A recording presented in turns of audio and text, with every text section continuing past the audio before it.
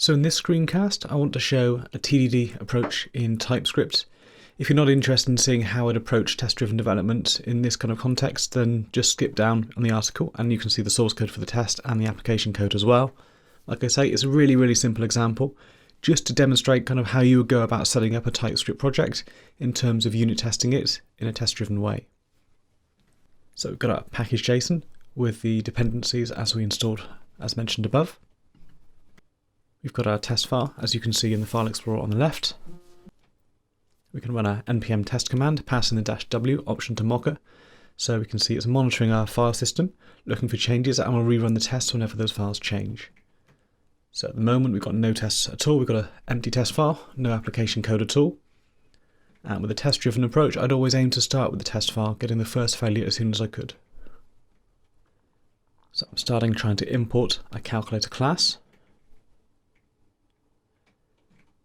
And you can see our IDE, because we're using TypeScript, is giving us some compile errors.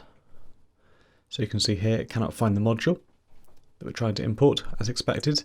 And this I would treat as our first failure. So our first test failure is a compilation failure, before we've even got to anything actually running yet. So we can change that by simply creating a module like so.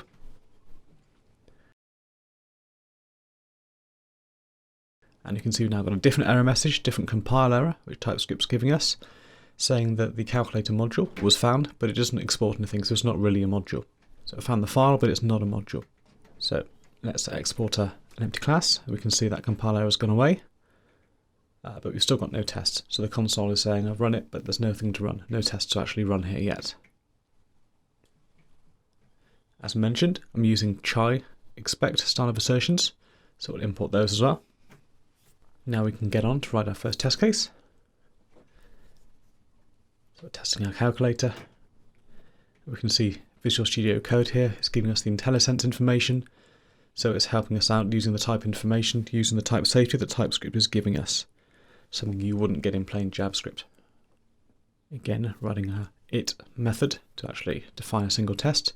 Again, IntelliSense giving us the type hint information. So we just need to give it a description and a function, as you would do in JavaScript. So our first test, we want to say that when we instantiate our calculator, it's a stateful calculator, so we want it to store the calculated value and maintain that as we perform operations. So it should initialize with a calculated value of 0.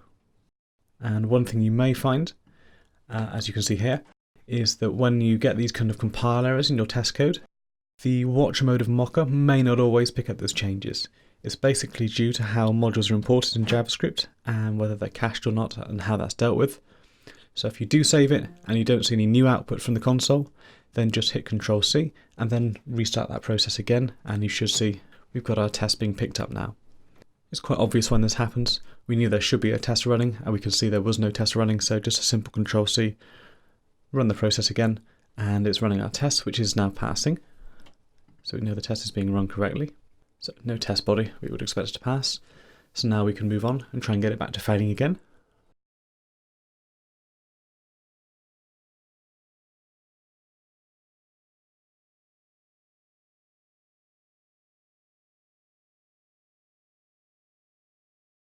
Okay, so we've instantiated our calculator.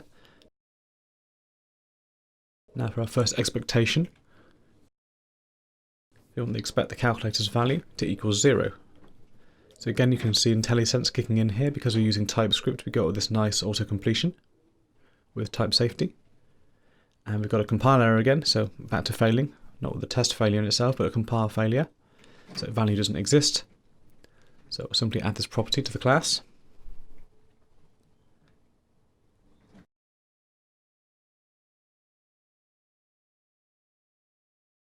And now we've got a failure. Expected undefined equals 0. So we've not initialized our value with 0, or with any value indeed.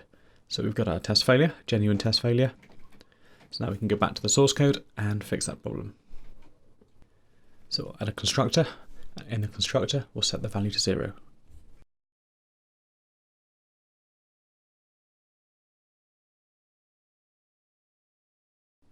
And switching back to the console, we can see Mocha has picked up the change, rerun the test, and it's now passing. So great, done one test, on to the next test. This time we want to actually start building out operations, and we're only going to go as far as one operation here just to demonstrate the process and to demonstrate the kind of framework setup that you have to do if you want to start TDDing in TypeScript.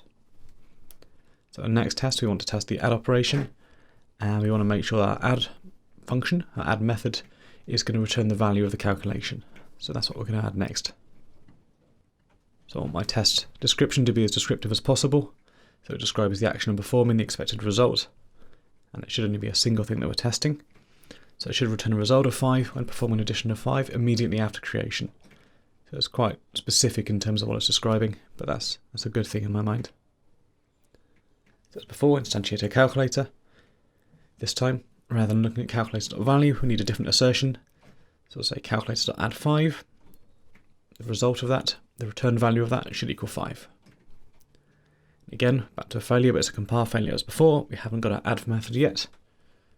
So we'll create the add method.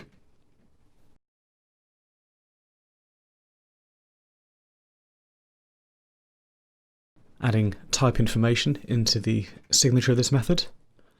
As we're using TypeScript, we can make use of this so that any parameters that are the wrong type would result in a compile error.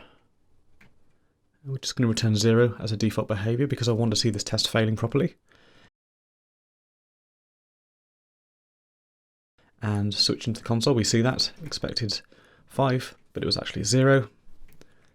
So now we can switch to our calculator and we'll do the simplest thing possible, return the n, return the parameter value, and we've now got 2 passing tests. And I wanted to go for the simplest implementation possible, and now I'm creating another test which is going to force us to improve this behavior. And this is what I would do if I was working in the true TDD way on real production code. So this time I want to make sure that the result of our addition is stored as the calculated value, calculator.value that we saw before in our first tests. So again, we'll instantiate it, we'll call add. We don't need to test the return value because we've tested that in a different test case. I don't believe you should duplicate assertions in different tests. Just because you can make an assertion doesn't mean you should. Keep each test specific. So now we're performing add, and we expect calculated value, in this case, to equal 9. Again, I need to restart the test runner, but we can see it was quite obvious that we needed to do that. So now on running this, we can see we get a genuine test failure because the value is 0. We've not been updating that. So now we'll switch back to the implementation code again rapidly and fix this, forcing us to improve our implementation. Again, going with the simplest thing, not a full implementation. You could argue it's overkill for the add operation, but in reality this would be a massively rapid process and would only take a couple of minutes to complete. We'll be doing it with confidence that our test code and our application code is working exactly as expected.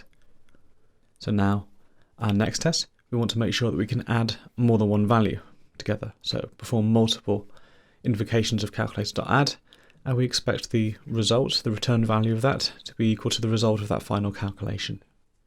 So add a new test method for this. This time, instantiate it, calculator.add one value, call it again, and then we'll add an expectation to say calculator.add called for the third time. The result, the return value of this, should be 12.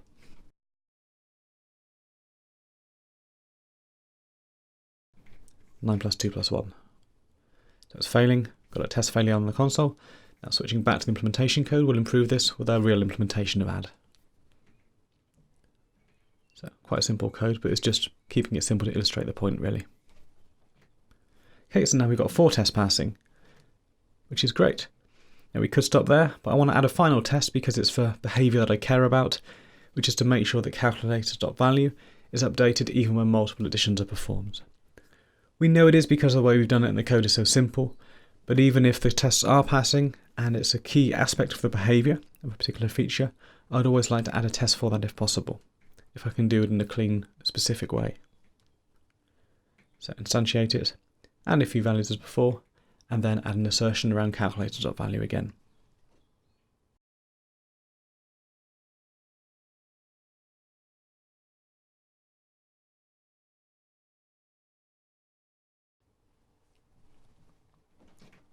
And as expected, this passes. Now one minor annoyance that we noticed in developing this is the fact that we had to restart the mocker process when watching the file sometimes. It was obvious if we were looking at the console output that we had to do it, but it is a bit annoying. One other thing you could do, if using Visual Studio Code, as well as giving nice IntelliSense type information, is there are a set of good plugins available for it, and I use a TDD plugin, which, like the Mocha Watch option, it will monitor the file system for changes and run the npm test command each time the files change. And it's not doing this in a persistent process way like the Mocha option does. It's running npm test from scratch each time, so it doesn't suffer from the same kind of problems that watching the files on the command line as we saw did. It will rerun every test every time we save anything. And if you can enable this, you can see I can save the test code, I can save the application code, and at the bottom I can see the results of those tests. When I get any test failures, I can see exactly why those failed, etc. So that's probably what I prefer, but I thought it was worth showing you the Mocha option in case that's your preferred workflow as well. So I hope this has been a useful demonstration of how to set up a TypeScript project in order to do unit testing and test-driven development, and I hope this illustration in this video has been a useful insight into how I'd approach it from a true test-driven fashion, using both compile errors and test failures to drive the development process.